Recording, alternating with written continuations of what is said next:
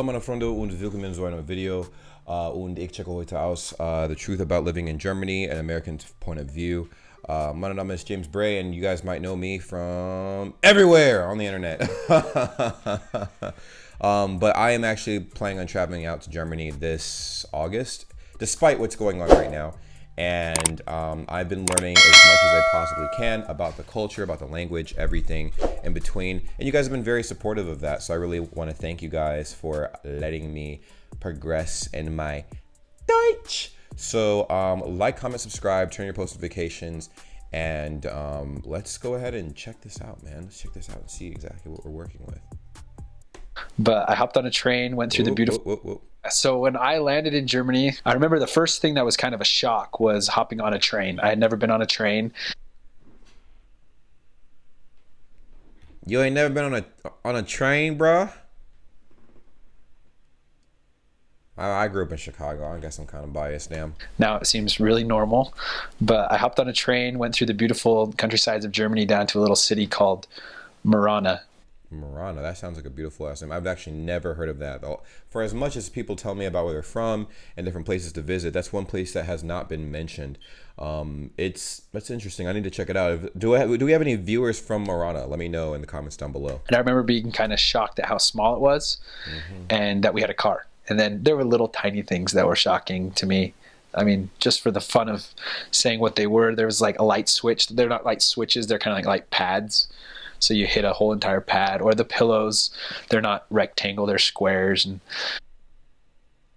I mean, that's not huge, but I guess that makes... There are windows. They don't open up and down or side to side. They tip in and out. And I think I told you guys about this. So the condominium that I lived in growing up actually had windows that were the exact same as German windows. They tilted in and out. So I thought that was actually normal too. It's just, I don't know, it depends on what structure your building is, I guess, in the United States. Because like I said, in the city, Chicago is actually filled with a bunch of buildings with a variety of different architects. If I'm not mistaken, one of the architects that was in Chicago, maybe in the building that I was living in, the guy that designed my building was probably German, more than likely. So that's probably why I'm used to that or whatever. But let's just check this. And kind of like a door. So there was a lot of little differences like that. They have, I mean, our apartment had our washer and dryer in the kitchen. And then I thought that was just our apartment, and then I realized a lot of apartments are like that. So yeah, those were little tiny things, but nothing big. My favorite food in Germany is just schnitzel and Rotkohl. Hey, I called it. Hey, somebody pick up the phone. Cause I called it. Yeah, oh my God. I'm telling you, schnitzel's fire, dog. Like, I've had it out here. I have not had it from Germany yet. You best believe, man, the German video is about to be pumping out left and right when I'm out there, bruh. I cannot wait. I cannot wait. I have so many friends that are out there. Oh God, I got a lot of videos. I got it. Just red cabbage, and they would have Klöße. So that's basically, it looks like a potato, but it's not. It's just a dumpling. I guess that's what it is in English. And that was my favorite, was when we just had schnitzel, Rotkohl, and Klöße. I also really liked rouladen, which was just meat. I keep hearing about that. Like, I don't know what rouladen is. He's about to explain it. I'm going to look up pictures of that because it sounds good, but I don't think I've ever had it before. Rolled up and they'd marinate it, and it just tasted really good. I liked their meat, simply said. Nice. I really learned to like red cabbage, which I disliked. I also liked sauerkraut. Sauerkraut. See, that's another thing too. So I had sauerkraut growing up. That store made sauerkraut. That shit was nasty. But when I went to that German restaurant and they made the sauerkraut, it changed my life. Honestly, it changed my entire perspective on sauerkraut. Like, I actually love it, and I have a mild craving for sauerkraut now. Just saying. It's like that either. So, but by the end, I pretty much liked anything they put in front of me. Nice. The weather in Germany is similar to here in Utah. I mean, the hots are a little bit... That's where he's from. That makes sense. And I need to hear about the hot side of Germany, because y'all don't have AC in your houses. Now, does anybody in Germany have AC in their house? Anybody? Let me know. And then speak now, forever hold your cheeks. Okay. hotter and the colds are a little bit colder due to the humidity. I really like their humidity. traditions that revolve around music and the Yes. traditions that revolve around Christmas. Okay. They start Christmas at the very beginning of December, and they have the Advent site, which is the time of the Advent, and they have these Advent calendars and they have Advent wreaths, and they celebrate each Sunday prior to the Christmas morning. And that's a tradition that I would want to hold up for the rest of my life with my family. And dope. another tradition that I found interesting was they open their gifts on Christmas Eve. Damn, I wish. Well, technically, how do you put this? So I remember as a kid, I would open up my gifts. I would stay up on Christmas Eve into Christmas, and at midnight, so technically Christmas morning. So when the clock struck 00:00, I would be able to open up my presents. That was like a rule in my parents' house. Like once it is officially Christmas Day, which would be 00:00, or for a lot of people 12 a.m. You can open up your presents. So that was huge for me, but I'm not sure how he's going to describe this. I wonder if it's the same thing, kind of. You can stay up and open your presents at that time, or maybe you could just open them up the day it's Christmas Eve. That's just very weird to me. Which is interesting to me. I always thought you do it Christmas morning, but Germans are a little bit different that way. Let's see. Another cultural thing about Germany is the public transportation. So you don't see as many cars in cities, and Well, that's everywhere though. Well, I take that back. Chicago, New York, and here in Los Angeles, there's a shit ton of cars and a lot of buses and trains. There's not really the need for cars in those cities because you can take the bus and train literally anywhere, but people choose to still, I guess, purchase vehicle. Honestly, if it was up to me, I wouldn't have a car right now. Honestly, I grew up in a city. I am a city kid through and through. I don't want a car. I want to take the bus and train everywhere. My opinion, just my personal opinion. roads aren't very wide because they all take public transportation. It was interesting because I spent majority on the east side, which was under communist rule, where the DDR was these last not too long ago. And so we met a lot of people who were communists. I never thought that I would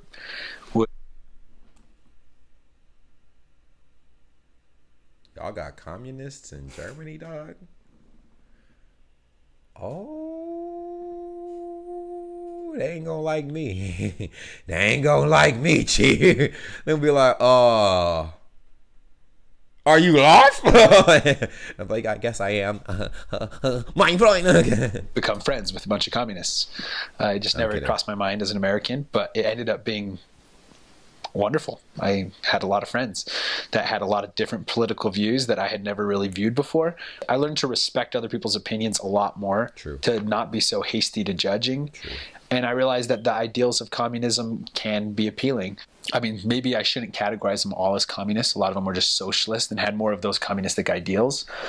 But it was still an eye-opener to me when I started making friends with people with other political perspectives. If you're wanting to learn German, the key to speaking any language, I think, is just speaking it constantly. Yes, spreche Sie Deutsch, man. I think I'm getting better with my my pronunciation of the ch, the okay. Like I used to say I turn chin, and people were like, "Don't you ever do that again, okay? Don't you ever do that, never again." All right, and you can do it. I didn't think I was going to be able to learn a language, but I got a lot of support from my siblings who would write me letters saying, oh, you can try something more like this, try something like that. For example, my sister, she plays the piano, so she kept telling me to continue to study and memorize the charts of the German language, which tell you der, die, and das, so the masculine, feminine, and neuter cases, and when it's going to be nominative, der, die, das, America, the genitive, things like that. And you memorize these endings, and she compared those to a scale, like when you're learning the piano. And so she said, just keep memorizing those, and that proved to be really beneficial. Cool. Also, I'll use that in learning German. The first thing I learned is was bedeutet. So what does this word mean? So was bedeutet? Was bedeutet? So was bedeutet? was bedeutet? So what does that mean? Was bedeutet? So if I'm like, yo, was bedeutet? Was bedeutet house? And then they'd say in English house, you know? So that makes it so you was can bedeutet continue a house. conversation just by asking somebody, Was what bedeutet is, how do you say? what does that word mean? And then they can answer that. And then the second sentence I learned was So was bedeutet camera? Or was bedeutet phone? Is it like un telephone? sagt man. Wie sagt man means how do you say tree? So wie sagt man tree, and then they'd say Baum. Oh, So wie sagt man? So wie sagt man, I don't know, it would be wie sagt man Telefon, wie sagt man Kamera, wie sagt man Haus, wie sagt man. So wie sagt man was like, how do you say? That's, bro, I'm about to be I'll be a little seasoned when I get out there with my Deutsch, you feel me? those two sentences were the first things I learned in German. And then from there, if you're stranded on the street, you have to speak. You can always Say struggle Hilfen.